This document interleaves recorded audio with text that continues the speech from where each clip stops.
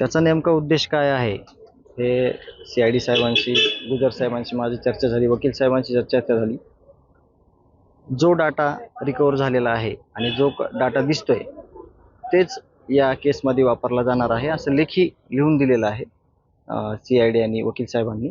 परंतु त्यांना त्यांचं काय जे म्हणणं आहे ते वेगळ्या शब्दात लिहून पाहिजे. परंतु तो विषय कोर्ट आणि जे IO आहेत, आपले जे वकील आहेत, ते त्याचं उत्तर देणार आहेत.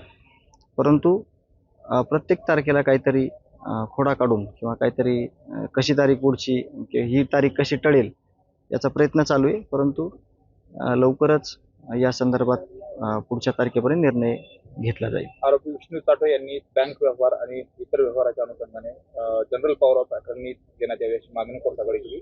मुखत्यारपत्र कोणाला तरी देण्यात यावं किंवा बँक खाते व्यवहार हे सुरळीत करण्यात यावेत. आता गाडीचे हप्ते आणि इतर व्यवहारही थकलेले आहेत असा जो अर्ज आहे तो कोर्टाकडे केला. नाही, ते म्हणणं सगळं जे आपले वकील आहेत ते वकील साहेबांमार्फत देण्यात येईल.